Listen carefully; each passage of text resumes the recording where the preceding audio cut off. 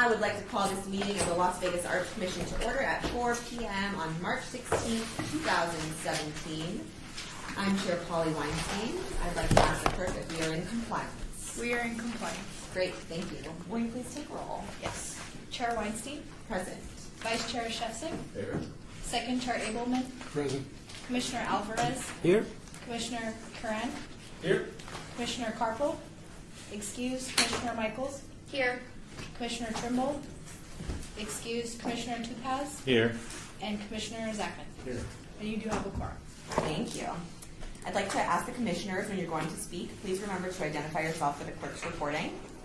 As far as I know, there are no changes to the agenda, so let's get started. Items listed on the agenda may be taken out of the order presented. 2 or more agenda items for consideration may be combined. And any item on the agenda may be removed, or related discussion may be delayed at any time. Backup material for this agenda may be obtained from the city clerk's office at 495 South Main Street. All right. The script is confusing. Tell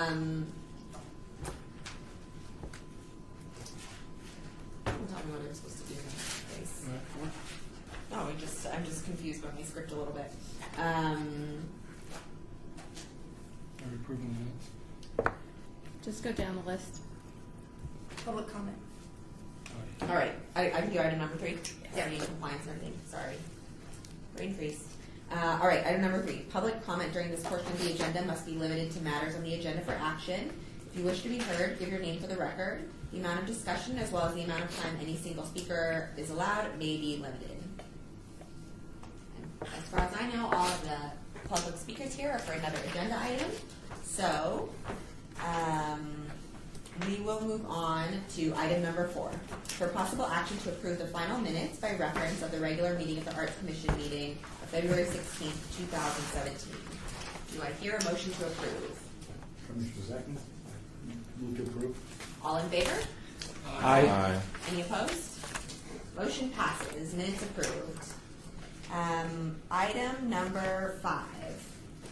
Presentation of design proposals by selected finalists for the Maryland Parkway portion of the AMP Utility Box painting project. I know we have a map in front of us of some of the locations, and we have a few presenters here. The first presenter is Maureen Halligan, and she is on the phone with us. Hi. Hi, Maureen. Hello. Hi, everyone. Thank you so much for letting me call in. I really, really appreciate it. It's been a little bit of a road warrior. So I understand that my presentation is up on the It is. the screen. Is that We're looking correct? at Okay, perfect. first. So yes, thank you. I am really excited about this project, and I really think it's very cool for solidifying the arts in Vegas. So really thank you to everyone that helped make this project happen. I'll just take a minute to introduce myself. My name is Maureen, and I'm an artist currently living and working in Los Angeles, but it's a recent thing because I just graduated from the UNLV MFA program this last May. I received my BFA from the Rhode Island School of Design in painting, and most of my work is primarily focused on painting and a lot of the conversations that are surrounding painting and process. So if at any point it's difficult to hear me, or if you have any questions along the way, please interrupt and maybe speak loudly. I'm sure it sounds pretty clear, but I hope I'm coming up clear as well. But with that, we can move on to the next slide, please. Okay. Awesome. So this is a photo of my location that for the boxes. I've been generously given the canvas for the 4 boxes on the corners of Maryland Parkway and Fremont Street. So 2 of the boxes are located on the southeast corner, and 2 of the others are next to one another on the northeast corner, opposing public us there on the left. So if we could go to the next slide, please. Okay. Okay, this is a detail shot of the northwest corner with boxes 1 and 2, and the next slide Okay. is box 3, which you can see is in full view of the patrons of Lake Publica, next to the lot. And then slide number 5. Okay. It's also, the fourth box is adjacent to the Metro bus stop, which so it is a prime location for both drivers and pedestrians. So for the next slide, please. Okay. Okay. So this is an overview of the designs that I propose to paint. In my work, I really tend to focus a lot on color and pattern and appropriating colors from kind of local environments, but then also what is wonderful about Vegas is kind of the superimposed colors on a natural landscape. So I think that's really influenced my work through the years of being in Vegas. And then I also really wanted to kind of see, enhance this environment and really make it pop on that corner. So I was really trying to invigorate this corner with very brightly hued boxes with really fun patterns that are both understood on a pedestrian level as well as really interesting as you pass by on vehicles or view them from a distance. So the motif that I've chosen to work with is kind of these brightly colored fruits, all pixelated. So they are meant to be blurry when you're kind of up close, and so they're meant to kind of break down into the abstract shapes when you're up close, but then viewed from a distance, they kind of come into focus as you walk away from them. So it's kind of an interactive way of looking at the boxes. I guess we can go to the next slide. Okay. Thank you.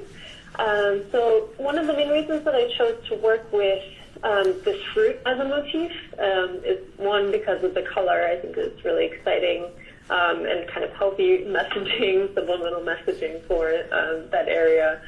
But then also I've been doing a little bit of research into the history of slot machines. After being in Vegas, it's just something that you're curious about, and kind of the branding and messaging through their visual language. And I was really fascinated to find out that original slot machines actually used fruit symbols in the rewards or payouts, because they would literally pay out fruit-flavored gum according to what you won. So if you won 3 cherries, you would be given, cherry-flavored gum. If you struck oranges, you'd receive orange gum, etc. So I found that really fascinating, that it was just actually a flavor messaging and kind of that connection there. And I thought it would be kind of a fun way to kind of reappropriate these fruits in the method, the subliminal messaging of gambling into a very different artistic kind of broken down language. So if we could look at the next slide. Okay. This one is one of the smaller boxes to the right, box number 2, and it will feature oranges. And the next slide. This box, I'm actually trying to decide between bananas and limes, depending on what kind of looks best with the color scheme on that corner. But both are pretty fun designs. And then the next slide, please. Okay. Okay, and this box will have a giant lemon. So it won't have the motif, it'll just kind of take up the entire space of it. So it'll really break down into those bright yellow colors and the pixels. And so in the next slide, Okay. I have a scaled mock-up of the boxes. So it's kind of a reference as to how large the patterns will be painted. I'd like them to be fairly large, so the pixels themselves will probably be, 3 or 4 inches wide, square, and then the pattern behind them. So then it'll be also something that's kind of disorienting in terms of the scale. So the next slide, please. Okay. And this is a close-up of box 1 and 2 with the patterns. And the next slide is also a close-up of the box 3 and 4.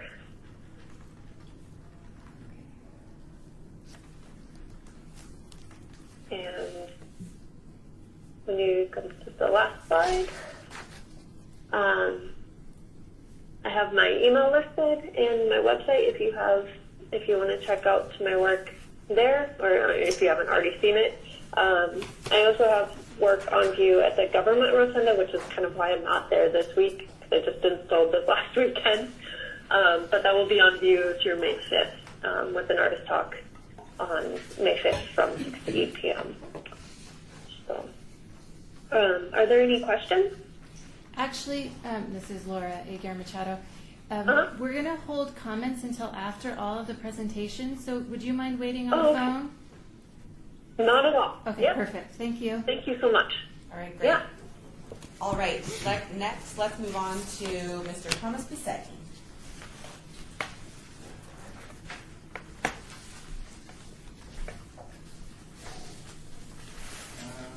Go up to the table so we can get you in the microphone.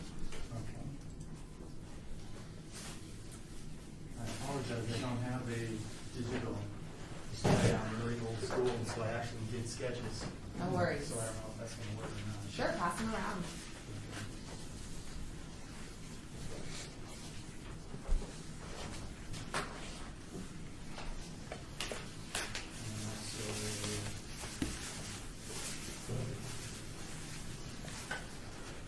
Oh, cool.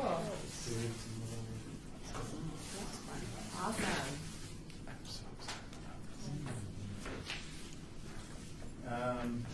These boxes are on Maryland and Ogden and Maryland and Stewart. Originally, I did the boxes with the abstract patterns and bright colors, but I felt that I wanted to add another level of emotional content. The theme is love is the hope for the future.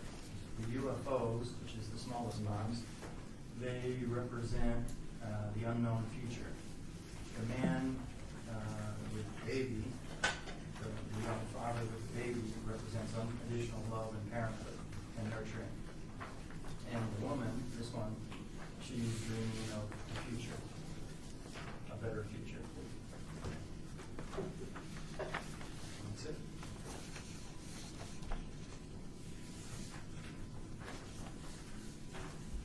Thank you very much. Wonderful, thanks. All right, next, if we could have Ms. Nanda Sharifpour, please come up and tell us about your project. You can step up to the microphone. Hi, my name is Nanda Sharifpour, and I have lived in Las Vegas for 5 years. Now I'm back for my second MFA at UNLV, and I have previously lived in Iran and Turkey. My works are usually kind of like a multicultural work. I do a lot of figurative painting, and most of my paintings are focused on female figures. I did a little bit of research when I first got here, and found out that there are a lot of common things about Las Vegas because of its multicultural atmosphere, and also where I'm coming from. So one of the cool things that I found is that actually pomegranate is one of the fruits that is native for my country, but then it grows very well in Las Vegas. So I used it in a series of my paintings that I had a show in Las Vegas, based on this fruit as a symbol for fertility, and also female figures. So for this series, I have 3 boxes. They're along Maryland Parkway, very close to my favorite restaurant, Publicus. And it's a 1 bigger box and 2 smaller ones. So I decided to go with this young lady for the main character. She's actually a friend of mine, and she lives in Las Vegas, and she has already modeled for a few of my paintings, and she's totally fine by being shown over and over in my works. So I took the photo. The photo credit is online. There's not going to be any copyright problem about it. The clouds and the patterns that you see are from the traditional painting from my country, and also the silhouettes that you can see is kind of like the empty blank space that can be filled by any woman. And if you move to the next slide, we can see that is wrapping around one of the larger boxes. And actually the world map that we saw in the first design is going to be on the other side, which is not visible for us right now. And this one also is going to go on one of the smaller boxes. And these two colors on the background actually are the colors that I saw in Las Vegas and also in my hometown because of the blue sky and also the clay and also the deserts around. So that was something reminding me of both places, my first home and my second home. And the next slide, now we can see that it's wrapping around, but since it was visually more attractive to have different zoom ins of the figure, I decided not to go with the full body on the second one. So it's just focusing on half upper body, and this is actually shown in one of my paintings, which is right now up in a show in CSN Cheyenne campus. So this next one is also one of the other boxes that I have, and the design is going to again wrap around the box. I also decided to go with these colors for another reason, and that was the colors that was already used in the background. Because that way it can kind of sit in the atmosphere around it the way that it looks like it belonged there. And it's not something that stands out separate. Right, that's it. Thank you. Thanks so much. All right, our next artist presentation is Mark Brandovic. So I approached my presentation a little bit differently. Rather than giving you specific designs for specific boxes, I'd rather just sort of give you a general overview of my history with this particular stretch of street. I have actually a history and a relevant present with the street. And then maybe just talk a little bit about some general themes and images that I've been interested in the last few years.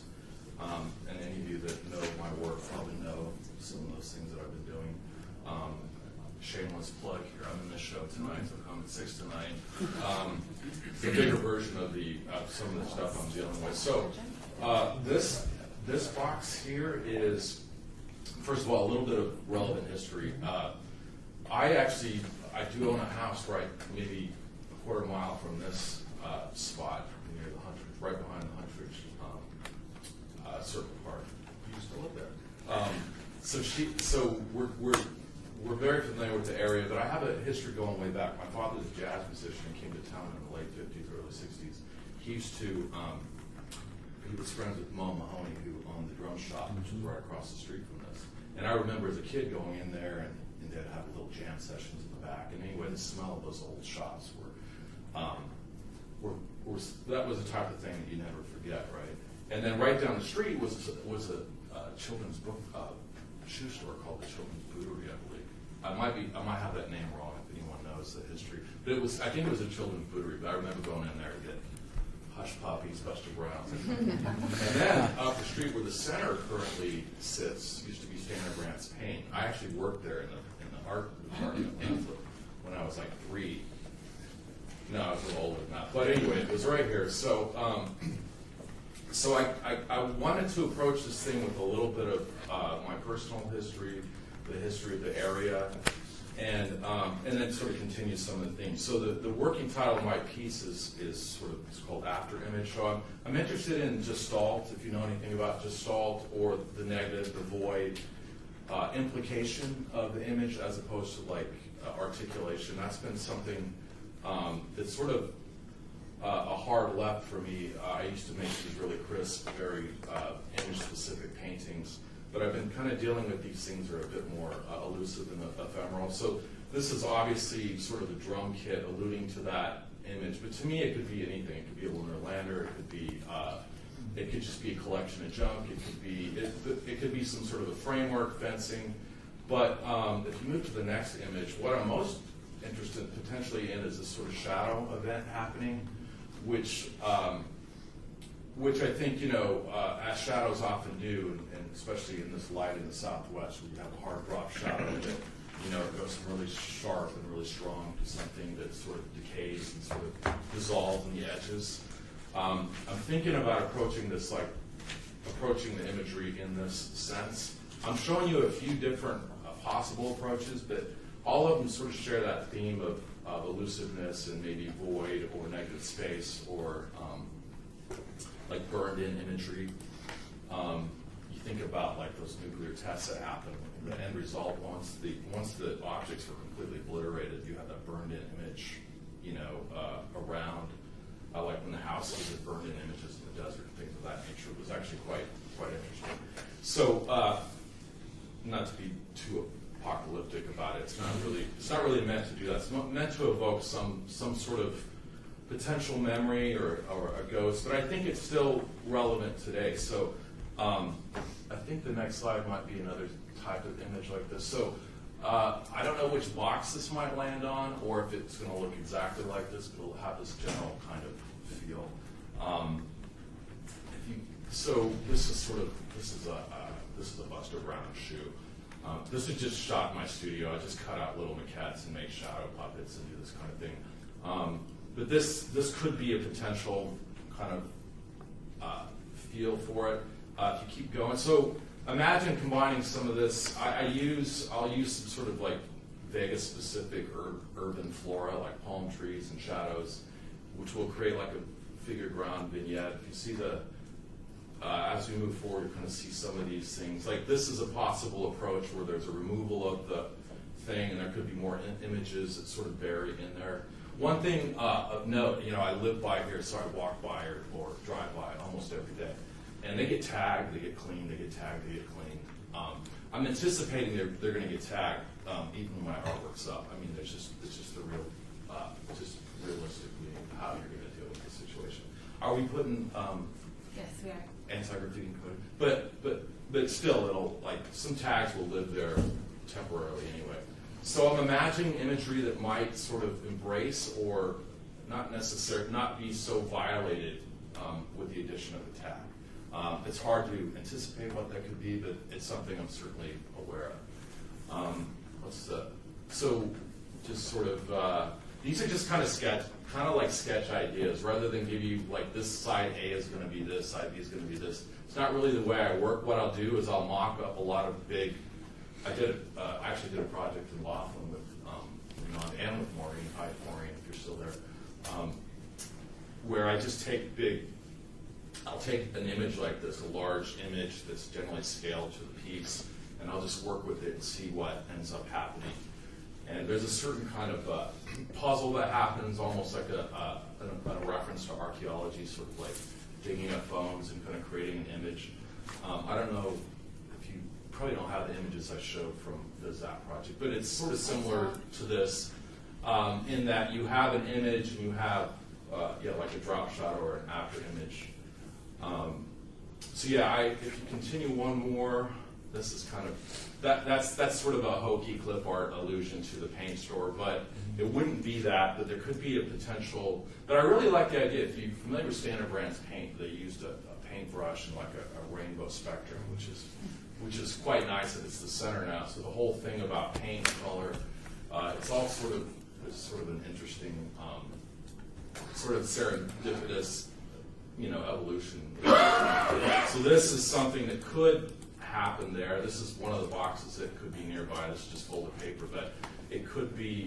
This is just an image of a bunch of paint cans. So, but it wouldn't be this articulate. It'd be more in the negative. So, go to the next one. I think this is the last one. I think I have some more on there. I think. Yeah? I want to speak a little bit about the history of the images. So here is, I would imagine, like that. I kind of want to return back to some of the things that I've used before, like palm trees more or less as like specific narrative on a tree that's here, and more about particular kind of vernacular or a particular kind of connotation it has. So I think there might be a return to some of that in these images. As far as like the vintage of the vehicles, there's I'm specifically using vehicles that were produced during the time that Hunter's Theater was built, which is in '44. So this is like a Willys Jeep, which was manufactured for the war effort. It's interesting that there was no American domestic car production stopped between '42 and '45. So, which is interesting because they retooled all that stuff for the war effort, which is when that neighborhood came up. Huntridge and the theater came up. So, in the midst of all that war and all that stuff, this thing was spraying for. So there's something about this that's really fascinating to me. If you see the next, so this is maybe an inside joke. I've used a lot of Mustangs. This is a P-51 Mustang airplane, but I've used a lot of Mustang cars in my imagery before. And something like this, it's a 1943 P-51 Mustang, again built when domestic car production was put on hold for a while. So this is the kind of thing. So I think that's pretty much it. You probably don't get a really good idea about what I want to do with each box, but hopefully you can kind of see the way my mind works. And this is, rather than, kind of trying to nail it down to a very specific thing. So that's my presentation. Thank you. Can we ask questions and take comments at this time? Okay. I actually have a couple of questions for you, Mark. Yeah. So all of those were like paper cutouts, right, with shadows. So I'm just trying to get an impression at all of what you're doing and how that's going to translate to a 2D image. And I wish the images I sent most recent, I probably should have pulled those up. Other top boxes or something? Your previous? I think some that I may have sent in with the application, I Yeah, let me should see. have done that, but Well, fine. I apologize. So being that that's a two-dimensional image, we're seeing a two-dimensional, obviously, photographic interpretation of the three-dimensional model I made. So in much the same way, I'll probably play with paint and the illusionistic capabilities of paint, so that there'll be like softer edges. Even though it's three-dimensional maquette, it'll end up being more of a painting sort of situation. So what I typically do is I'll coat it out in a base color. In this case, it's probably white, and then the application of a big stencil, and then the color that will be. I didn't talk really about palettes, but the palette I wanted to be very specific to that time and place, which is actually kind of a timeless palette. You think about the muted colors, like something like this was something I did down in Laughlin. So I didn't want it to. These were very specifically about the desert, the water, desert water, and that kind of thing. So the palette could be very different, but this was all done in paint to sort of advance the illusion of like a three-dimensional sort of paper doll, but also could be like bones and stuff like that. So very archaeological. I think generally speaking it would be this approach. I'm imagining something not less crisp and less maybe graphic than this, even though I think graphic, hard, punchy things play well there, but for some reason, it would be sort of more like that kind of thing. Anyway, that's my thought. But it's hard to appreciate the clarification. I Yeah, have sorry. no, it's all right. I have a question, and I'm not sure who can answer it. But what is the timeline for approval? And I guess I didn't realize that they were that it was artist qualifications and not actual designs that were approved. I didn't know that till just the second. That was my own fault. But so what is the timeline for? So this is Laura Machado. We put a call out for artists for qualifications. They selected the artists based on qualifications. Then they were given, I believe it was about 30 days to give us a proposal. Then we're going to take the proposals to the stakeholders. So the 30 days hasn't passed. No, that was the call, or the amount of time. But we're not actually probably going to start painting until April, mid-April. I'm just curious at what point, obviously we saw very specific designs for the other boxes, so I'm just curious, and also for for clarification for everyone, at what point there has to be an approved design, you know, so that it's like less nebulous, like it's gonna be like this, but what is it really gonna be? So when, I'm just curious what that kind of date is, and I don't need to know it right now, but we'd all like to know it. So, Yeah, I was under the impression, you know, part of what was asked were sort of visuals and design. I wasn't under the impression that we were doing exact, like, to the scale. I imagine at some point we will have to have some sort of design approved, right? And this is Rebecca Holden speaking. So the way this process works is we try to model it off of the county ZAP program, and part of that is they have a public meeting where design proposals are presented and comments are selected and taken in, and then from there the projects are adjusted based off of those comments, and then the final ones of course go to the stakeholders for approval. I believe that's the route we're going with this one. So we're accepting comments, the artists are all to take those comments under advisement and then make any necessary adjustments from there. So Okay.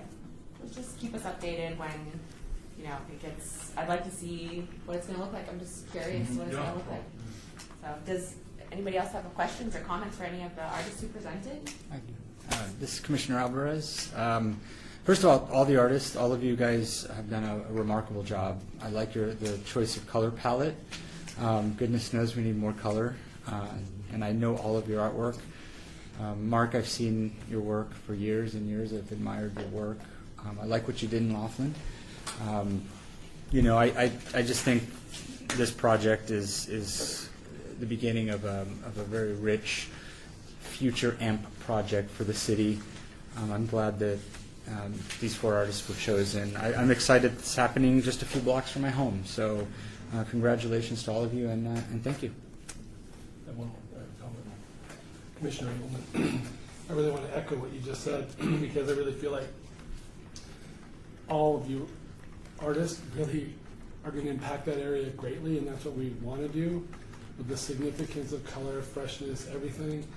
The voids, I think it's really highly relevant, and it will activate, I'm going to use your Zappos word, activate that area in a really wonderful way. So kudos to you all, and again, I have to echo the sentiment about color. Like, that color is going to be really important, so cheers. This is Commissioner Zachman. I am very impressed with what I've seen this morning or this afternoon, and all of the artists have a specific theme in mind. It's been well thought out. The colors are wonderful. The only comment I have is for Mark. Some of his image may be too abstract or not defined enough. And for example, the Buster Brown shoe, I don't know if anybody would really pick up on that. So whether somebody just walking by would see that that's part of the neighborhood, that may not be the case. So trying to be a little more specific in what you're doing. But Amanda, the women images are fantastic. So what's in the background? Each one, I'm glad that there's a neighborhood or an area where one artist can do several different pieces and they all tie together. And then you walk down the street and get another artist. So I think this has been very well conceived and very well prepared. And I thank all the artists. Commissioner Shefsik, I would like to also thank the artists for the presentations. There's diversity, but there is a cohesiveness in what they presented and the research that's gone into the images that they've chosen, the ideas behind them, and what they're about. That impressed me, and the work that you did, so thank you. I didn't know about the slot machines and candy. That was new. So, Yeah. I mean, I knew about slot machines and cherries, but not from the orange, but I didn't know about the candy. So, anyway, my appreciation is expressed to each of you also for what you've done. Thank you. Any further comments? All right, thanks everyone so much for your presentations. We really appreciate you coming. We appreciate your hard work, and we really look forward to those boxes enlivening the neighborhood. And congratulations, we can't wait. All right, so thanks, Maureen. All right, so we will move on to item number 6, report by the Arts Commission Chair regarding monthly summary of current initiatives, cultural events, and opportunities. Okay, so in honor of African American Heritage mean, this reads kind of funny. I think this is the name of the. Wait just 1 second. Yeah, it's that's the actual name of it. Yeah. Okay, so the name of the exhibition is called In Honor of African American Heritage 2017. It's an exhibit with featured artist Sylvester Collier. It's on display through April 6th here at Las Vegas City Hall Chamber Gallery. Additionally, we have the Neon Teapot Prize, which is a juried ceramic teapot exhibit, also in the Las Vegas City Hall in the Grand Gallery. One more additional show that I wanted to feature is Tilting the Basin, which has moved from northern Nevada to show all of us here in Las Vegas. It's a bringing together of artists from all around Nevada, if you're not familiar with it. And it was brought here by Michelle Quinn and Joanne Northrup, and it opens tonight in a building on Commerce Street, and it's open through, I believe, April 7th. It says May 14th here.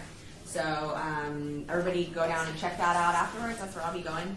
So hopefully you guys can make it. It should be a really great show.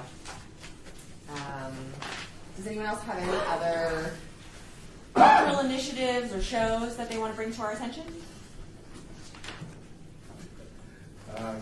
Shevsik, UNLV, we're back on with exhibitions. Go see this, Tilting the Basin if you haven't. Make plans to go see it. We're getting ready for one in the Donovan Gallery, which is Thaddeus Zollner, his thesis exhibition.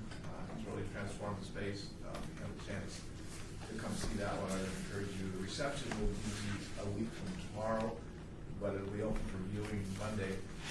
And then following that will be the jury student show. So the process exhibition is still up at the Barrick, and it's well worth the trip to come see some things there. So thank you. Wonderful. Thank you. Commissioner Topaz. The Mario Basner World Heritage Collection exhibition at Tivoli has been extended until the 30th of April. Mr. Basner is a local artist in the level of prestige. He has won 10 awards all over the world with his photography, and he has created photography that's mural-like, that from afar you think it's a painting, but as you go closer, it feels like you're about to enter the painting itself, but actually it's photography. He just recently donated one of his work at the Nathan Adelson's hospice event last week.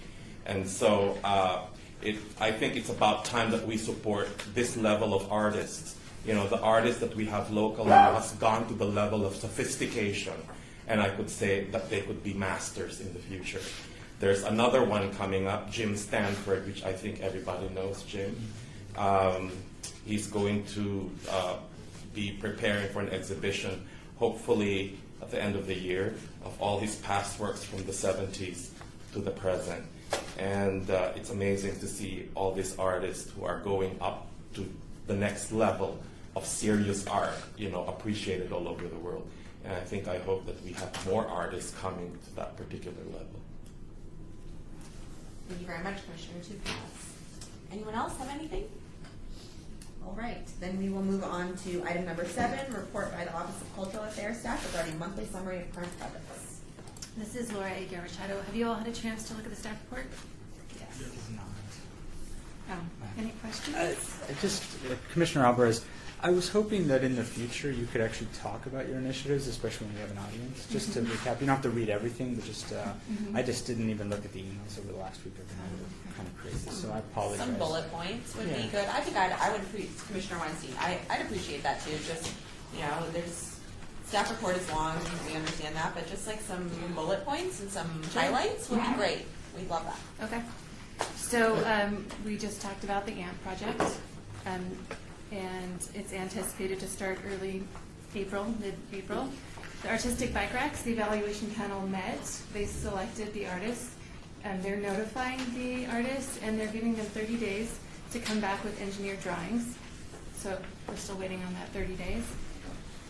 Art Pop We are going to have an evaluation panel meeting on the 23rd to select the artists for the conservation and maintenance.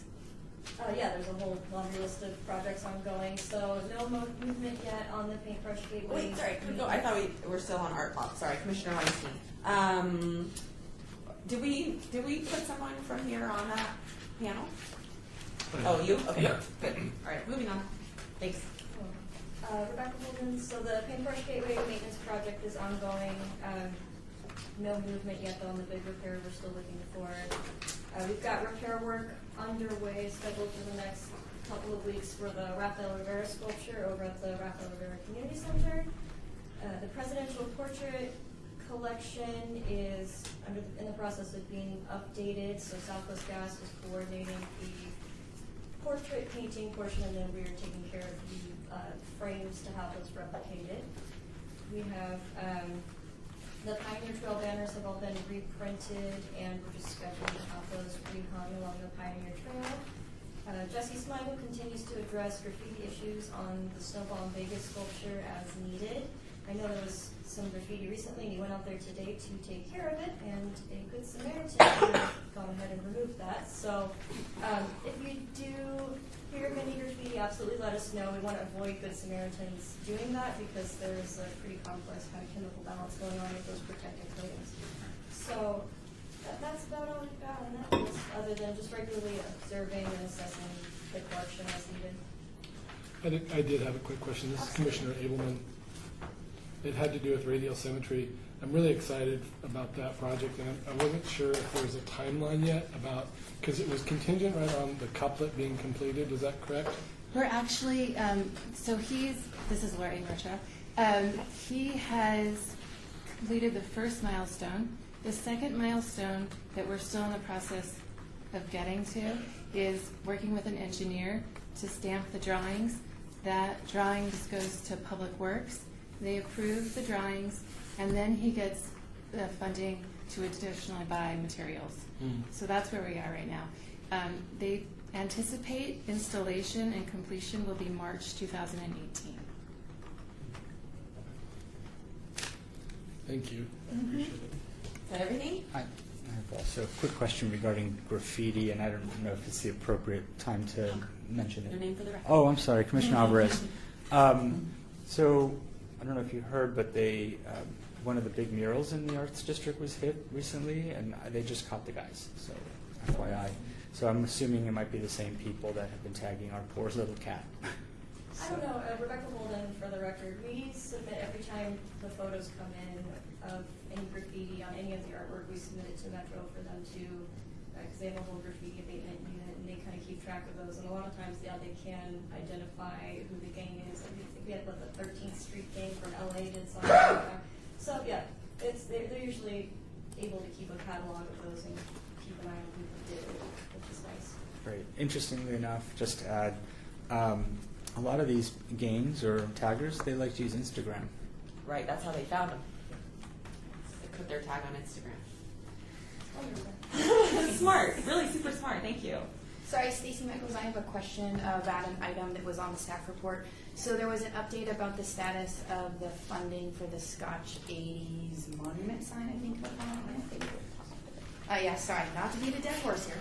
But it said in November that they were going to have the funds together by the end of November, and then it said they would have it by December, and then there was an update that said, and now here we are in March. Is there a deadline from the neighborhood that has to actually come with their part of the money before we continue to earmark these funds for another year and have them go unspent? This is Laura. I've been in contact with Steve, asking about the status of it continually, and we were supposed to schedule a meeting for this week. It's been pushed back to next week to see if there's a timeline about collecting the funds because it's a matching. Exactly. So we don't fund our $7,500 so they come with their $7,500. Right. And I am unsure whether or not there was a stipulation on a timeline when it was voted on. Because it was previously, they had Stacy Michaels, again for the record, just remind everyone, they had this money set aside a whole previous fiscal year and could not get their $7,500 together. So I'm getting a little alarmed that they asked for the money again. We had that extensive discussion, and here we are now 4 months later after we allocate the funds, and they still haven't come with their money. This is Rebecca Holden, for the record. Those are discussions we've had internally as Okay. well about it in reviewing all of the projects listings that we've got going on. And in our current documents that we've got, the governing documents, there isn't really something in place that states for that particular instance that I'm aware of. But it's something we're thinking about, something we're aware of, and in moving forward, we've got a full staff and we're looking at adjusting a lot of that information anyways, and so that's something we'll throw on there. So it's part of a larger discussion, and it's absolutely a very relevant point. So, Commissioner Weinstein here. Is there, I mean, now that we've already voted on it and we didn't put any kind of stipulation in there, is there anything we can do retroactively? Can you guys from the inside, when it comes to making the agreement or something, saying, listen, here's our final date, and if we haven't matched the funds by that date, we need to release the money so that it can be allocated for a project that is ready. Well, I was just going to say yes. This is Allie Haynes-Hamblin. Absolutely, we can propose an amendment to the agreement that we have with them, stipulating a timeline. They have to agree to it, which is part of what I think our conversation will be next week. Or we need to put a timeline in place. What can you agree to, so that then we can amend the agreement that we already have in place and make that official. That would be good. Yeah, I mean, I think we were quite generous in giving that to them in the first place, and the fact that they, in such an affluent neighborhood, haven't come up with the money. Maybe they don't feel any pressure to do so, and they think the money's just going to be there for them to get it, and you know, we can use that money for other things. So,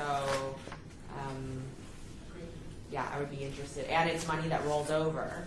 So, you know, if it doesn't need to roll over year after year, just sit there and wait for the Scotch 80s to use it. So I'd love to see that move along also. Commissioner Truesdale. Does anyone else have any other questions in regards to the staff report? All right. Seeing none, we will move on to item number 8, discussion for possible action regarding the review and possible appointment or reappointment of members to the Arts Commission subcommittees and ad hoc committees.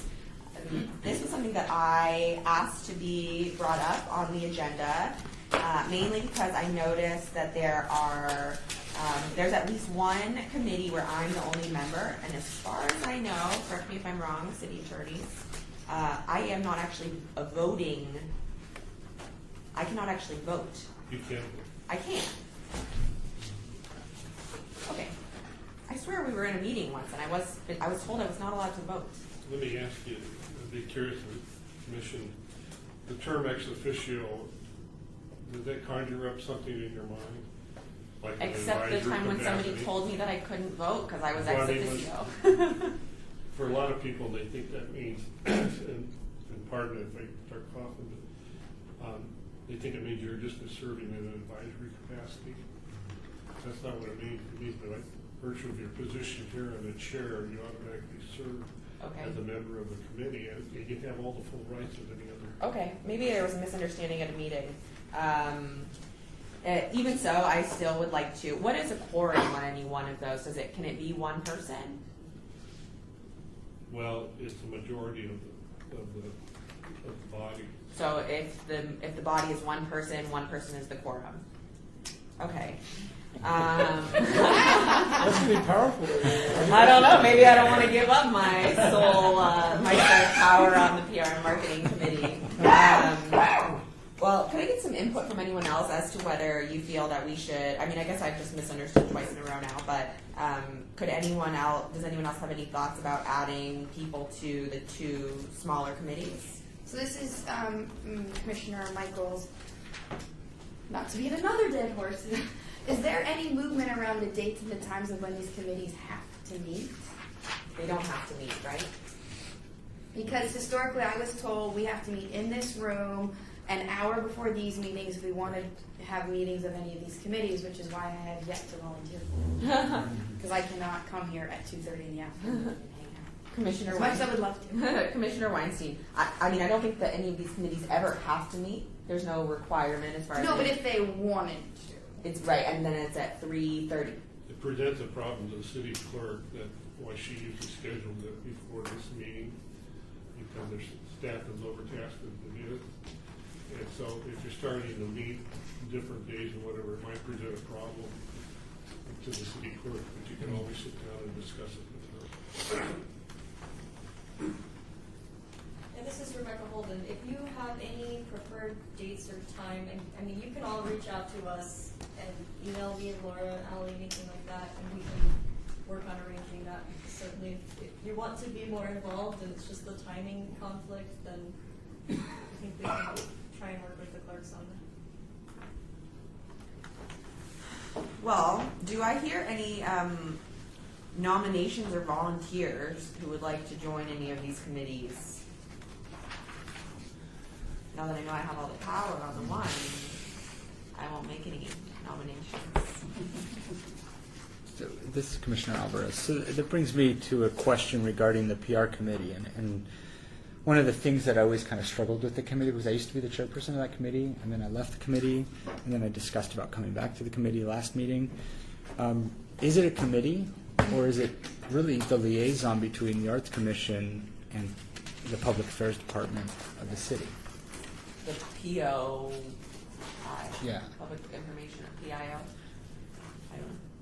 So, This is Ally Kinshamblin. It is a subcommittee of this body. So it's the PR marketing committee would meet and report back to this body, and then this us staff here would then interface with the PIO's office. okay. Commissioner Weinstein, yeah, at some point we were lucky enough to have the PIO team come in and we brainstormed some ideas and, you know, they gave us some of their time for that, which was great, which maybe that's where a little bit of the confusion comes in. Though I can't, I mean, I know we did talk about the Arts Commission on the TV channel, but, I mean, I don't see any pressing needs right now, but it's there as long as we want it there, and would you like to come back on it? Commissioner Alvarez, I think the challenge, when I first started on the commission and I was assigned to that post, I took care of the Facebook page and the Twitter account and things like that, and then it became a legal issue, which I totally understand. And then the key here is making sure that you guys communicate with them to tell them about our events. And I know that every time I tweet anything artistically in the city, I put ArtsLV, #ArtsLV, and they retweet it, which is great. We just need to get more attention to the arts projects. And I don't know, whatever happened to our TV show? We had a TV program going on with them. I think Stephen Grogan went on it. Yeah. But that was the last I knew about it. Okay.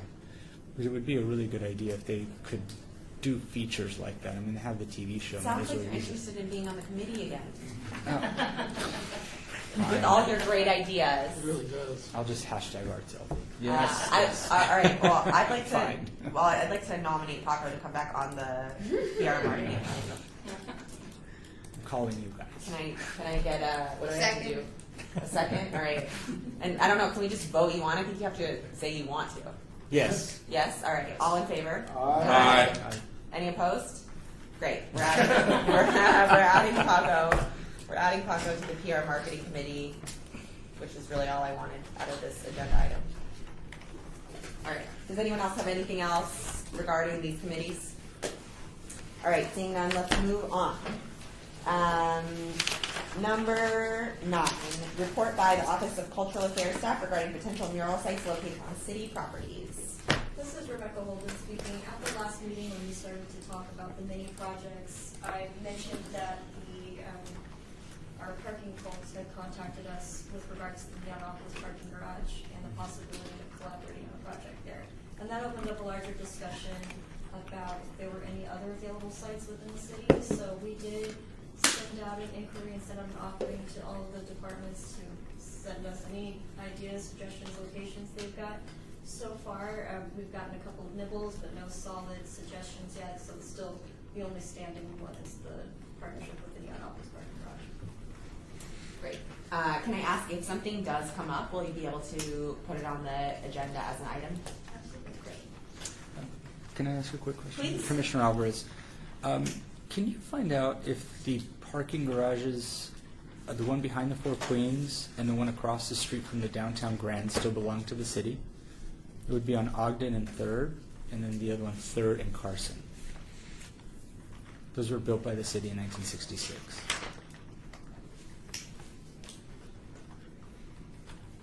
Does anyone else have any other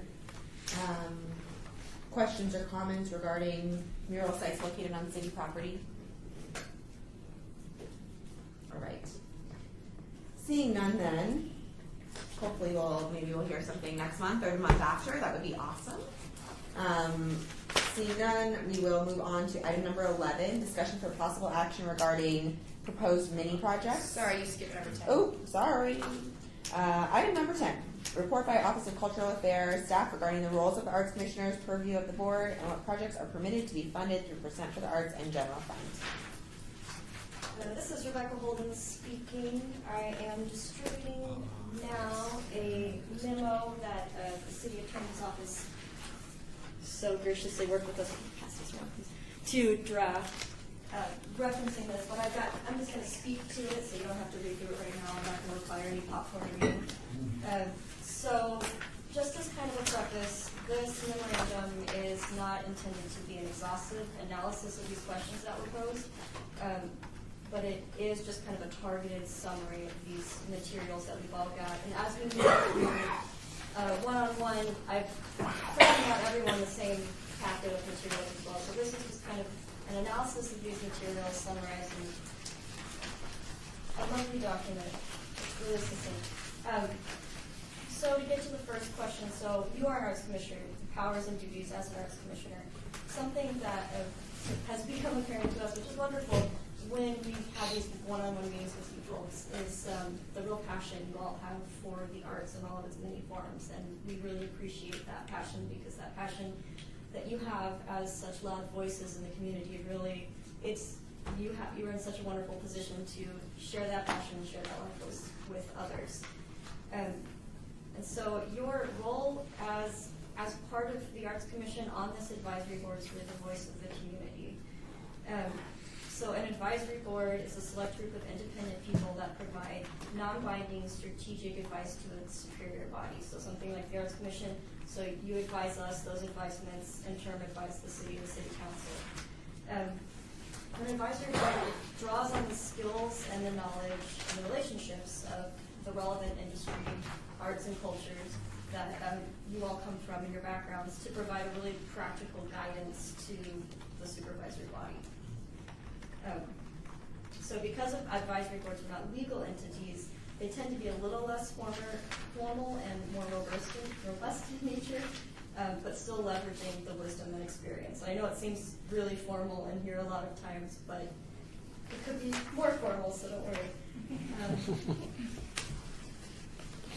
So you were all selected because you have a background. You've got something that really ties you into the arts, and someone recognized that and suggested you work with us, and we're so grateful for that and all of that insight. So you provide the expertise in the field of art and culture to the city council and by extension the entire city. The role and responsibility of the Arts Commission is really crucial to the city of Los Angeles' long-term successful execution of our public arts program.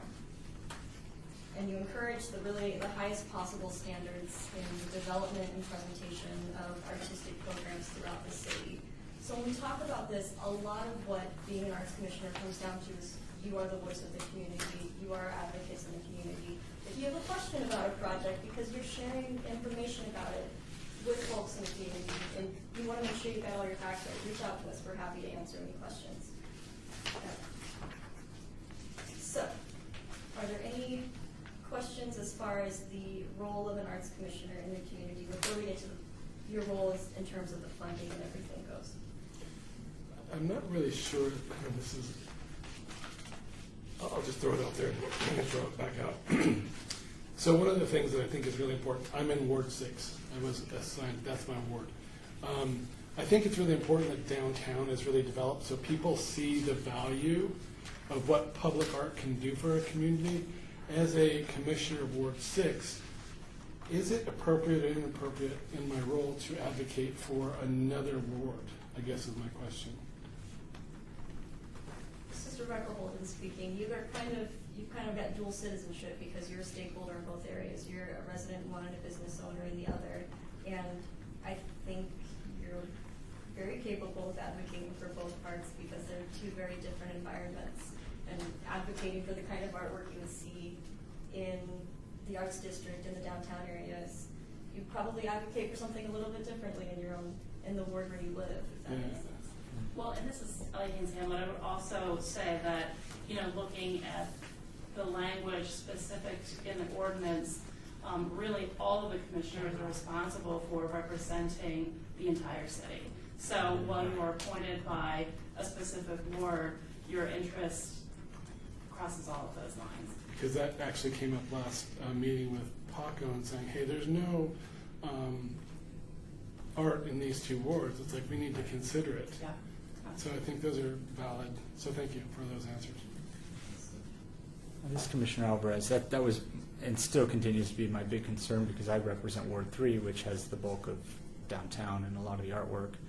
And that's why I didn't propose any mini projects or any projects for my ward because, we have so much art, which is wonderful, both on the public and the private. So I think in general, if we just advocate for art throughout all of the valley is great.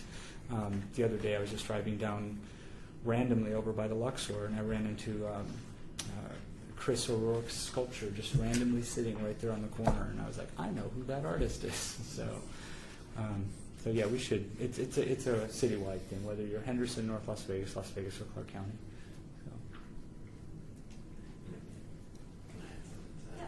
If I may, this is EBS George, Deputy City Attorney, through you, Chair Weinstein. If I can just address your comment also, Chair Eagleman, about whether you're representative of a particular board. I'm happy you asked that question because that actually goes to the very root of the difference between like a formal body, like a board of directors, which is a legal entity, which would represent a particular interest, in an advisory board. So although you are individually chosen, whether by it's the mayor or your respective city council member, or you've collectively chosen, a vice chair or somebody else to join you, the purpose of an advisory board is actually to be much more nimble and much more liquid than a board. And it actually, in turn, gives you a lot more flexibility so that you can entertain interest in other wards.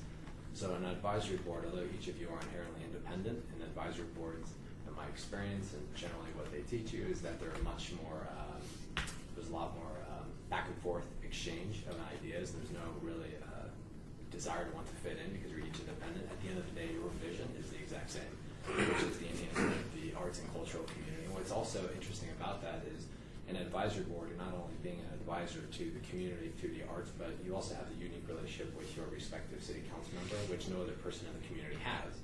And why that's important from an advisory perspective is because they're relying on you for instance, on the funding perspective, when you have the percent for the arts fund, we have 1% of capital improvements, which actually kind of leans into the second part of the question, which is they're expecting you to give them special advice as to how should they be spending this money. They really just don't know. And arts and culture is something that's so unique and so special that it actually requires a level of specialization. And this is why the Arts Commission was created, which is the specialization arm of the City Council, and for your providing them recommendations on how those dollars should actually be spent. That's a great insight. Thank you. Thanks very much. And then, and moving into that discussion about, there were some questions about what the percent for arts can fund, what the general funds can fund, what kind of projects, which also arose out of that discussion for the many projects. So the Arts Commission oversees the percent for arts fund. And so that fund comes from 1% of capital improvement projects within the city. So that, the percent for arts fund has really strict parameters.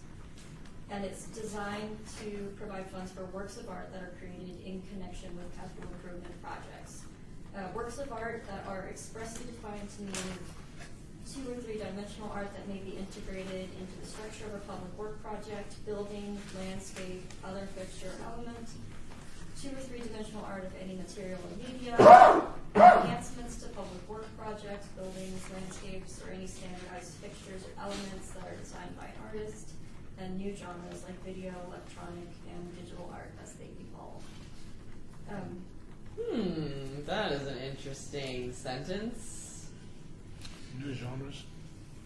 Something like, I could say something like the video or electronic art, the time we did the landscape piece on Fremont Street Experience, because I believe the city still owns the street portion of Fremont Street, so it was, kind of impacted that public space. Commissioner Weinstein here. There is an actual section that says what it can't, right? That's correct. This is UBS George, Deputy City Attorney, and it actually referenced that in footnote 2. Sorry. Yeah. It actually also details expressly what works of art are not to be defined as either.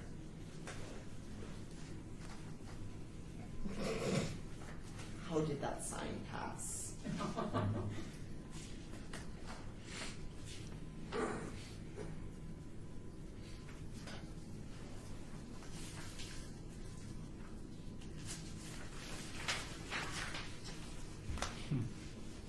And continuing with that is, let's see here. So the city council can make additional appropriation of funds to the Percent for Arts Fund, but it would be subject to the same limitation. It can only be used for works of art in connection with capital improvement projects. So under the Percent for Arts Fund, the city can fund, for example, any of the following: an artist design services, development of design concepts and models, identification plaques and labels, the fabrication, installation, and exhibit of works of art, so long as these works are part of a capital improvement project. So, back to Commissioner Weinstein, back to what can't be funded. I'm not, maybe I'm missing it, but I'm not seeing here performing or performance art. Is that there? See, if I may, It's again, C.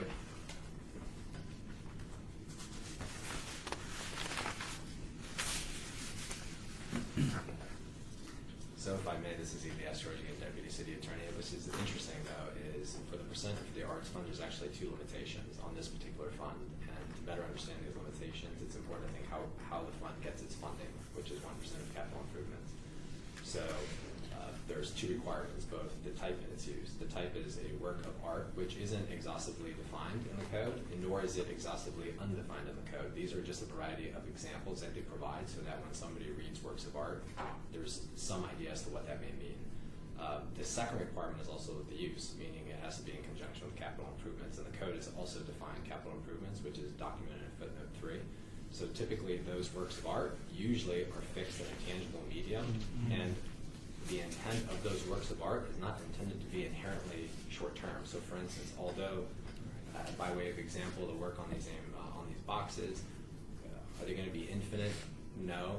They may be painted over, during our lifetimes, we don't know, but the intent, at least now, is that they're fixed in a tangible medium, as opposed to a performance, as opposed to an art exhibition, per se.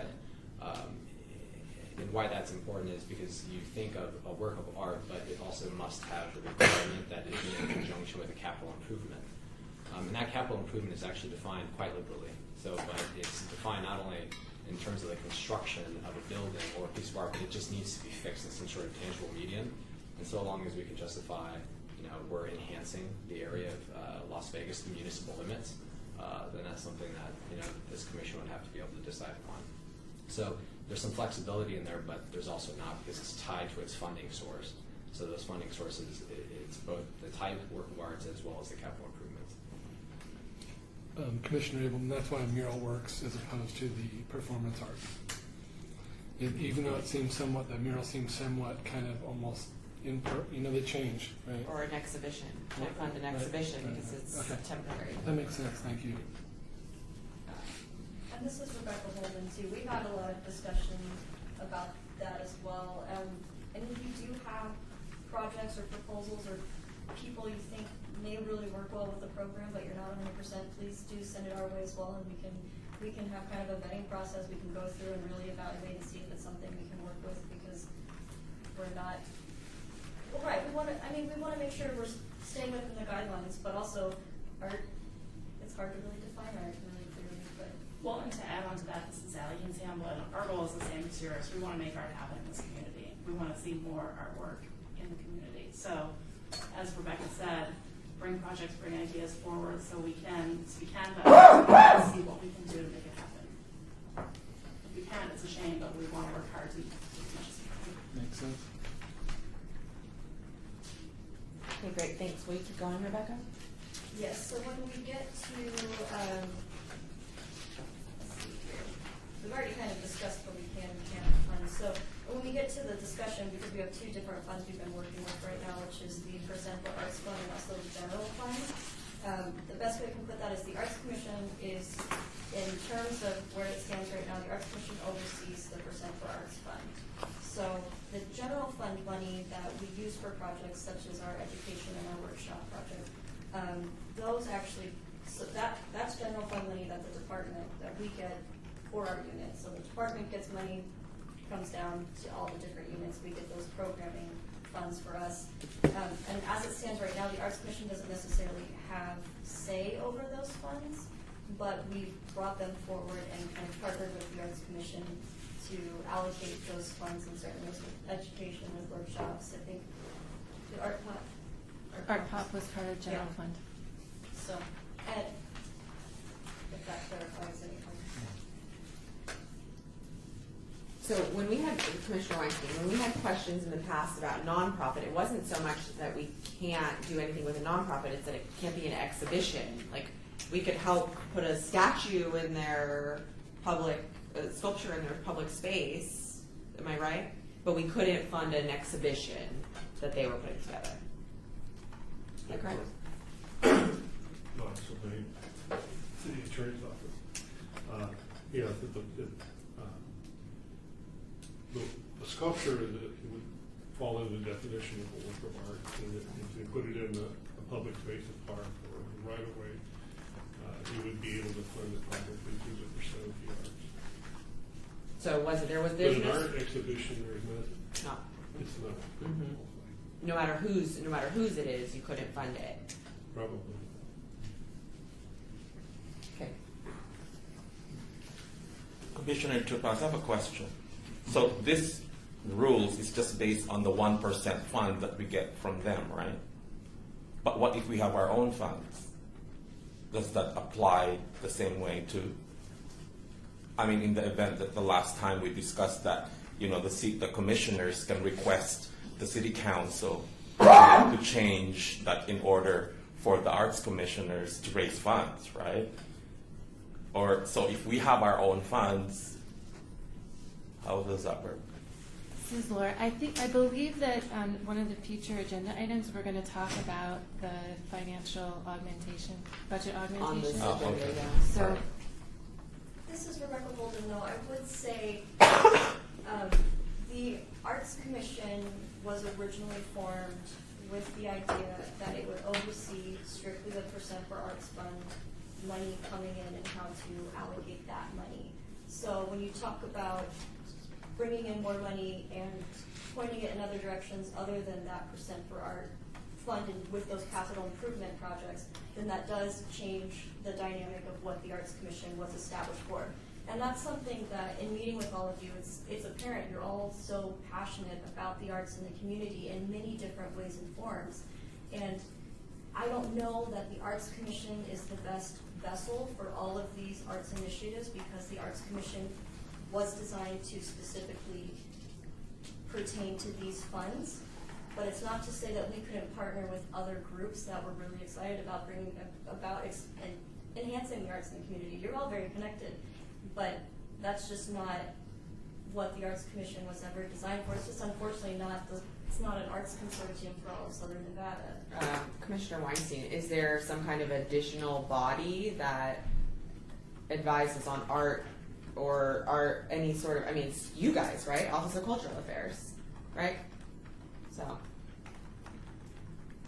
Yeah, so Rebecca Holden, so the city's Office of Cultural Affairs provides programming for arts and culture in the city of Las Vegas. It's certainly not the czar of arts and culture in the valley, anything like that. Get funding and program for the city in many different ways. This is Commissioner Alvarez.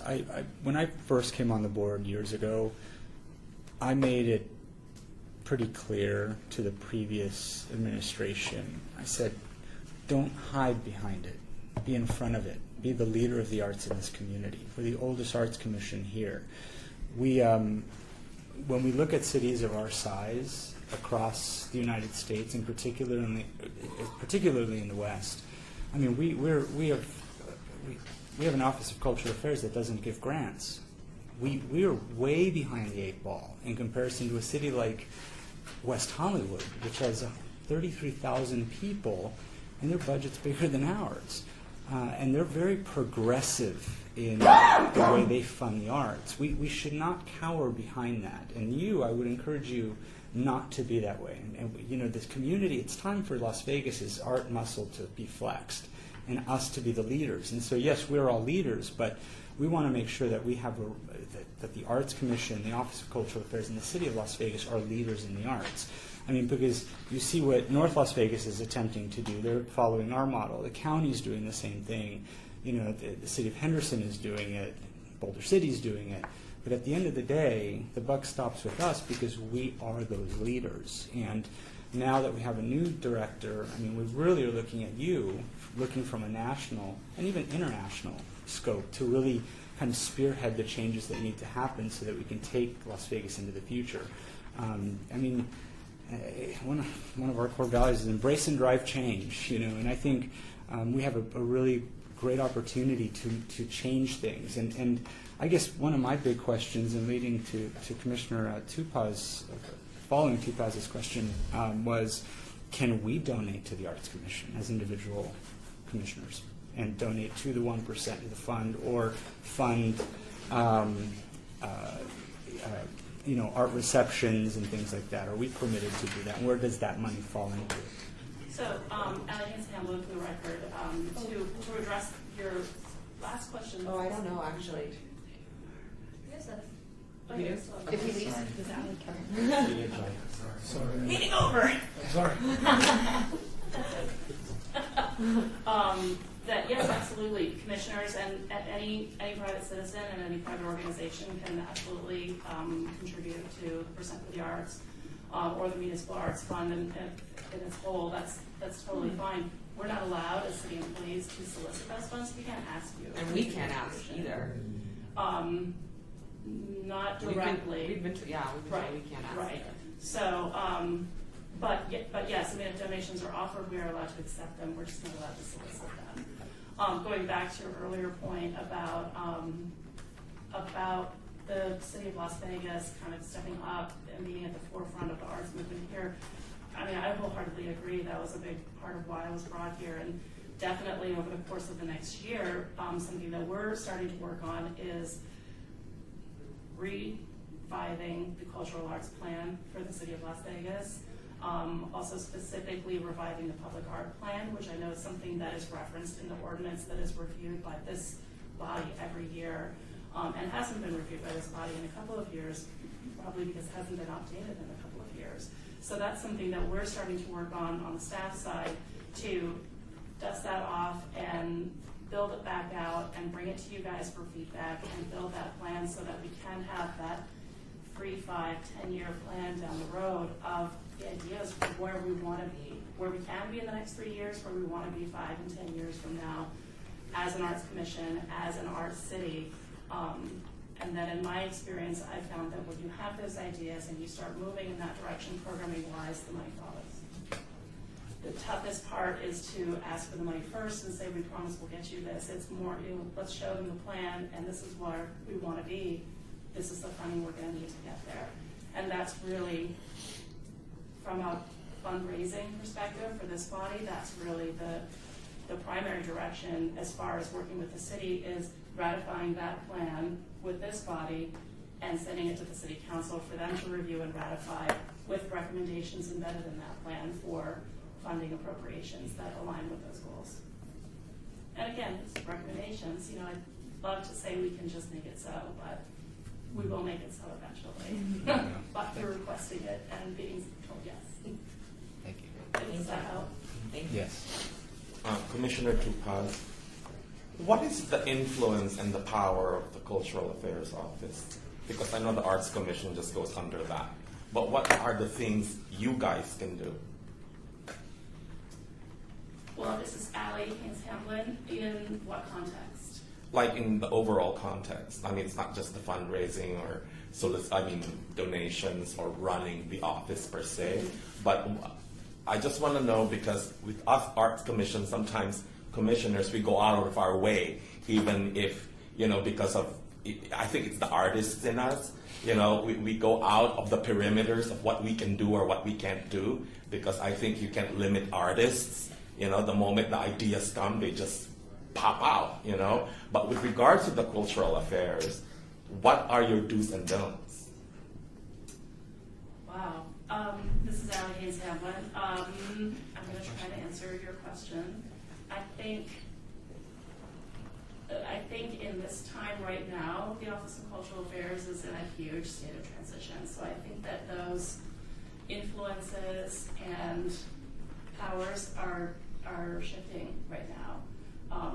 Obviously, I bring a strong performing arts background, so there's a lot of focus on our performing arts programming, as well as looking at our public art programming, our visual arts programming, and seeing how we can bring everything up to this next level. So I can say in my 8 weeks here, it's been 8 weeks, that I can feel a shift just amongst other city staff of more of an openness to wanting to meet with us and work with us and bring us in on projects. And even if it's just for us to give advice to various city departments about the design elements of their project, or if there's a capital project that may or may not have come under our purview before, they're more engaged in wanting to work with us and bring us in because of our expertise.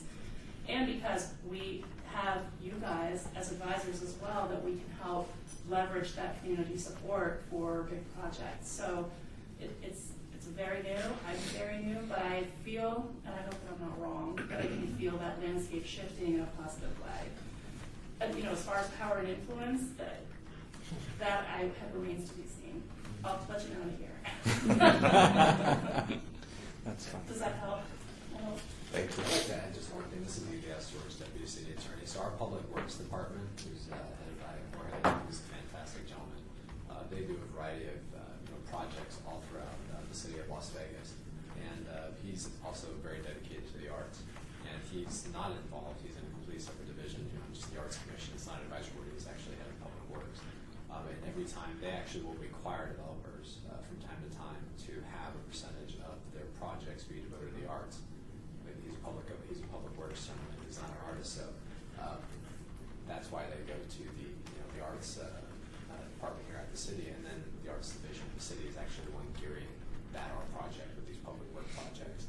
So there's a lot that department that I've seen that department does with our public works division, and then you have the addition of the Arts Commission, which is this board here, which helps to oversee again the 1% of those dollars from capital projects, which is substantial for effectively the city council to understand how best to spend those dollars on works of art in connection with public improvements.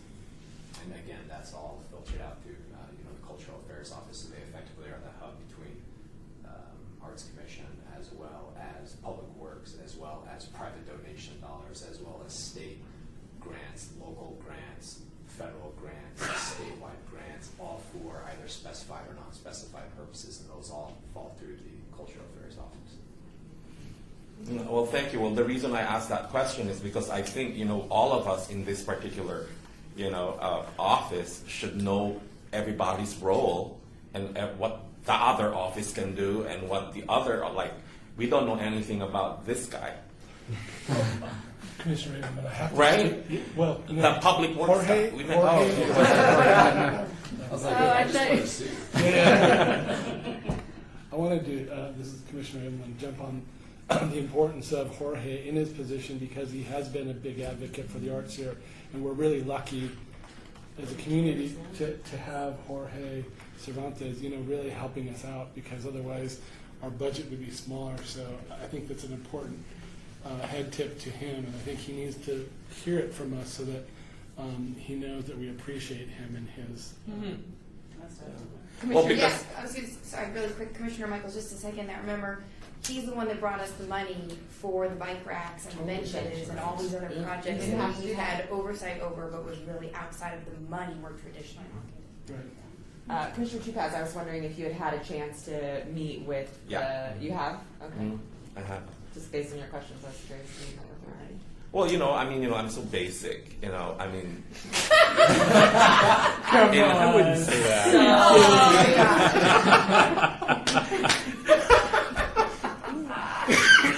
Well, I just want to know. Don't you want to know? I Yes. just want to know. Because when I came into the commission, I thought I just have to follow the leader.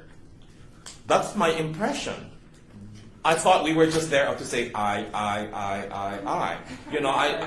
Right? I mean, they gave us a piece of paper and read it. This is what you have to do. You're the advisory board, but then, what does it mean? Okay. That goes to Ali's shift.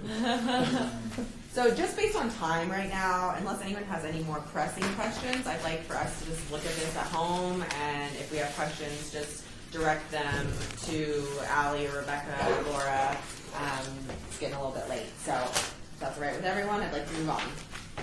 I'm going to try to make this next one quick too. Item number 11, discussion for possible action regarding the proposed mini projects. Fiscal impact $10,000 to present with Arts All Awards. Does anyone have any new ideas from last month? This is Rebecca Holden speaking. So when we talk about needing money to do projects and wanting to do projects, right here we have $10,000. So I know there haven't been any suggestions since last we talked about it. I did update this list to reflect the more recent conversations and kind of clean out the ones that no one seemed too enthusiastic about. But really, so I've added sculpture pads for artistically underserved awards, that's 2 and 4. We got off a parking garage mural, artistic alley enhancement elements in the arts district. About the possibility of an alleyway right behind Main Street, east of Main Street. That alleyway right behind runs behind Inside Style and bar and such, or murals in artistically underserved wards. So those are just a few options. Knowing now what we do about the % for Arts Fund and how we can really steer those, just have to focus on areas that are right. What we can do, and something that we can do that's relatively has an air of permanence, is in the public right of way, and stays within $10,000. Right. So Well, and this is Allie Haynes-Hamlin, if I could, and please cut me off if I shouldn't talk about a specific project, but the Neonopolis parking garage mural is one that specifically came to us because it would be part of a capital improvement project for that garage. They're making some structural changes to the entrance so that its the sign is more clear, and the entryway and the exit are more visible. And Parking Services came to us asking if we wanted to join them on this project to paint a mural to sort of beautify that entryway. Which side is the entryway on? Which boulevard? It's on the. Is it the end on 4th? Yes. Okay, just past Carson. Yes, you just go Fremont. under. Oh, the one at Fremont. I'm thinking of the one where you make a right in. No, it's the one where you go underground. Right. So would the mural be on the outside of the building, on the inside of the parking garage? So it would start on the outside and follow the wall that goes inside. Okay, down the ramp. Yeah. And then from the exit, it would start inside and it would go out to the exit ramp. And this project, $10,000 doesn't cover it, but we could leverage what we have in that % for the arts for this project to join it with what parking can contribute to it to achieve the project. So it's about a $40,000 to $50,000 project that we could fund with just Go ahead. Sorry. So, because that's on here today, is that something we could approve today, or does it have to be like agenda'd again? As far as I understand, it is something that could be approved today because it's already on for action, for possible action. So we have, Commissioner Weinstein, we have 10,000 total for mini projects. So if we allocated the 10,000 for the Neonopolis mural, it would be gone. For this fiscal year, yes. For this fiscal But year. our fiscal year kicks in again come July 1, so we're nearing the end of our fiscal year. And this is Rebecca Holden. This money isn't tied to the fiscal year either because it's with the % for arts. So the % for arts, that deadline doesn't apply, but there's no telling since those funds fluctuate on how much we get every year once the new fiscal year rolls around. There's no telling. But mini projects is something that was kind of newly thrown on to the docket, and it's not something that has to stay. It's just if we have money to use for smaller scale projects, not something really huge, we partner with another department, something like that. But this is a partnership opportunity to enhance funds that we've got sitting around.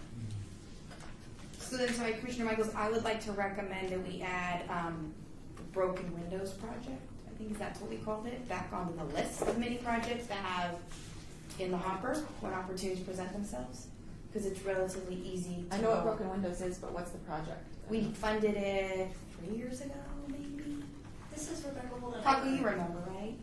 It was the boards to go in the windows on boarded up homes, but artists designed So it design yes. of Didn't the look boards. so dilapidated. Exactly. Right. So it looked more like somebody was living there almost. And it was as cheap as like, on some of them, it was like $2,500 a house. I believe that project may have actually been passed on to another department. That was the story that I heard. So they're still doing it? So I believe it's Yes. still, it's in the hands of another department, but it's kind of been, we created this program, it's fully fledged, and it's handed off to the department that can fund it and keep it going. So I don't know, in terms of where we're at right now. with the Okay, economic well, if that's the downturn. case, then that's good to hear. Right, I can certainly check in and see what the status is on that, and if we want to push it forward. I don't know as far as how many dilapidated buildings there are now, as opposed to when the project was initially put. I'm sure there's always needs. Commissioner Abelman, so you're saying that there'll be money that will be added to that 10,000 if we put in too? So like that to me is incentive to work with them as far as like taking that 10,000 and making it into, you say 40? Approximately $40,000. Wow. Yeah, this Rebecca Holden, we can partner with other departments if they're willing. That So to me is pretty impressive. And what if, so do you anticipate other departments will be willing? we reached out to the other departments via email to see if they were interested in partnering with us on projects, and so far we haven't gotten any responses yet. But we partner with Public Works pretty frequently. Planning knows who we are on a lot of projects, but we do work with planning. Do you? Are you talking about the murals? I'm talking about Neonopolis. Yeah. Oh, for Neonopolis. Parking. Right. We do. There are other departments that are already engaged in that. It's in parking. Oh, already other. for that. Yeah, as far as Neonopolis, we're That's on specific board one. with So partnering with it. we will get, if we give 10, the other 30 is going to come. It's not like we give 10 and then we're looking for the rest of it to make it work. Correct. Okay. Selling What is your guys' advisement as the Office of Cultural Affairs on, would you advise that we spend this $10,000, on this whole $10,000 on this one project? What do you guys advise? Rebecca Holden, if I may, these are great opportunities to partner with these departments. It doesn't often happen. We're working on building those relationships, but it's kind of a political move in a sense to let them know that we're there. It could open up to a much larger project. They were really inspired by what's the parking garage at Cosmopolitan, and they'd like to turn that space into some sort of an ongoing mural project space. That's a very early conversation, but I encouraged when other departments reach out to us, because so often we see that they would just go put a mural in and not ask us about it, and then that kind of negates from what we're trying to do in creating public art within the city of Las Vegas. So it's a good thing. It's up to the commission. I'm not a voting member. Laura's not a voting member, but I think that's Commissioner Weinstein, that political aspect of it, I think, is important. And if we're trying to build relationships with other departments so we can have more money for other things, as much as, hey, I'm sure there's other things we could do with money, we haven't really figured out what else. And if that's going to help us get more money in the future, that's an interesting piece of advice and something that can help me make a decision for sure. Commissioner Abelman, this is my business side. It's like to take 10 and make it 40. That, to me, is a slam dunk. Mm-hmm. I don't mean to. So this is Commissioner Rose. Can we make a motion? Can I make a motion that we fund the Neonopolis parking garage mural, whatever we're calling it? So For the entire 10,000? Mm-hmm. I'll second the motion. All in favor? Aye. Anyone opposed? All right. That's done. You did something. I really liked your answer, I have to say. I value that sort of leverage even more than I value putting a mural up. project is going to beget many more projects. So. Fantastic. Great. Congratulations, everyone. We made a decision. Okay. Item number 12, report by Office of Cultural Affairs staff regarding a summary of the process for budget augmentation as it relates to percent for the arts and general fund. So this, I think we have covered a lot of the budget discussion already in this meeting, so I will talk specifically to our conversation at the last commission meeting about learning that there were general fund expenses left over in the budget last year that this body could have made a recommendation or request to the city council to transfer those funds into the percent for the arts. In the research that I did and in speaking with our finance and our legal department, it is extremely rare that that would be approved, in large part because our leftover funds tend to be very small, and generally there are not leftover funds. But the process for that is that around this time of year we would have to make that request to up through the city manager's office. They would have to approve that request be forwarded to the city council, and then it would likely go on a May agenda for the city council to vote on if it were to get that far.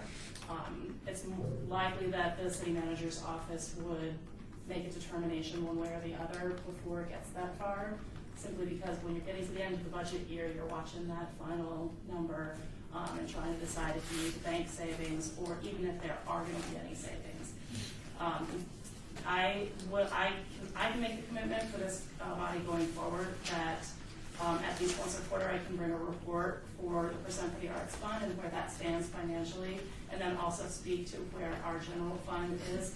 While the Arts Commission doesn't really have purview over the general fund, I won't be bringing a robust report of our general fund expenditures, but I can let you know periodically throughout the year if it looks like we're going to have savings that we may want to make a recommendation for. And I can tell you for this fiscal year, we are not going to have any savings in our general fund for the Office of Cultural Affairs. So unfortunately, that won't be an option this year, but hopefully that addresses your questions about what that process is. And you'll look out for this body in the future and make sure we don't have any funds that don't get spent in any. And the best part is that the percent for the arts fund doesn't expire. Those don't get swept at the end of the fiscal year. So that money carries over. I believe the question really was primarily about general fund money left over. Right. Does anyone else have any other questions related to item number 12? All right, seeing none, I will move on to item number 13, report by Office of Cultural Affairs regarding a summary of the process for amending municipal codes and ordinances as they relate to the Arts Commission and funding mechanisms. This is Jeff Coleman speaking on the memo that was distributed regarding item 10. There's on the last, on page 4, it references the legislative process to amend the code. Additionally, in your binders under item 13, there is a wonderful chart that volunteers have provided to us. With your indulgence, again, this is J.S. George, Deputy City Attorney. I'll spare you the details, but I just ask you to think back to the old PBS special of the little blue bill becoming a law and jumping around in the streets of Congress. So largely a really cap overview. Two things I wanted to mention. One, if you wanted to amend the code, it's a pretty arduous task, but largely what you would need to do is a form, and I don't know if that form is, it's not that fancy good, but it's, that form, this form, correct, there's a human record on there, effectively an idea to amend the code can come from anywhere. It can come from outside the city, inside the city, anywhere, so long as somebody fills out that form and then they submit it to the city manager's office, and because you would actually need somebody to sponsor that proposed change. So it could either be your respective elected official who appointed you, who you could pick up the phone and contact and mention to them why you believe that such a proposed change is important. It could be a city attorney. It could be the city manager. There's a variety of different people. They're usually director heads that would have to make the formal request to sponsor the bill. And after that's done, that comes to the city attorney's office where we in turn then draft it. And there's a variety of different processes. I've actually sent you a grid of the different ways that it could work. It's, like I said, it's not a trivial task. But I think the reason this question was asked last time was because this came about in the discussion of performing arts and exhibitions, and I think that's going to be very difficult to amend the code, because if you think about the amount of funds that you have the opportunity to disperse, those funds are actually coming from various capital improvement projects. So it's understandable why the code, and almost the entire code, has that capital improvement component to all of those funds. It has to be used in comparison or in connection with some sort of capital improvement. However, that if you believe, and there were some comments made earlier about the definition of a work for art, whether that's broad enough or not broad enough. Do you have any potential ideas that you thought to perhaps broaden that? That would still be within the purview of the code to make it your job a little bit easier, then those are certainly some ideas that you can entertain. If you read the provisions of the code and you suggested, I think that this would fit, perhaps you can make an amendment to the code to further define what a work of art may be. You can absolutely do that. And all you, again, would need to do is just fill out that form, talk to your either respective city council member or somebody at the city manager's office about the importance of why you believe that is important, find somebody to sponsor it, and then that's when the legislative process actually begins. Thank you for the thorough explanation. So we're all a little intimidated now by the process. Please, city attorney. I just think of the old PBS special. It's a good song. Bob Sylvain from the city attorney's office. I'd like to add that in the past, if we couldn't find a sponsor for the ordinance, oftentimes the department would sponsor it, or possibly the city manager's office, and it could still go forward.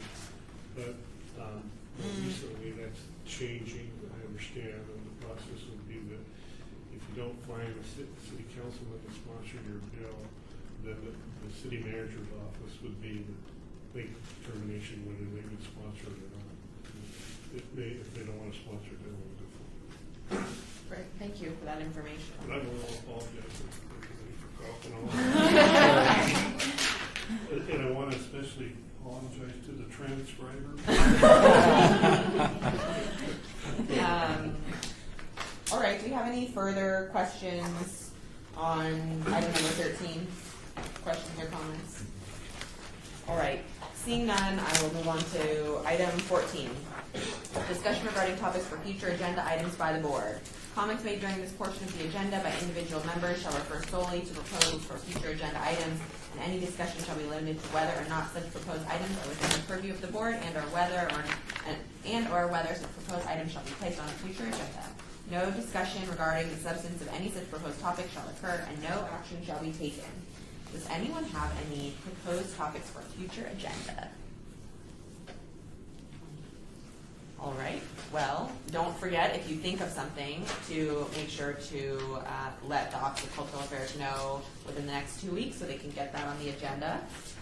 The last section, which I think is unnecessary, but I have to read for legal reasons. Number 15, citizens' participation. Public comment during this portion of the agenda must be limited to matters within the jurisdiction of the Commission. No subject may be acted upon by the Commission unless that subject is on the agenda and is scheduled for action. If you wish to be heard, you remain for the record. The amount of discussion on any single subject, as well as the amount of time any single speaker is allowed, may be limited. Do I see any public speakers? All right. Seeing none, I would like to hear a motion to adjourn. So moved. All right. Adjourn.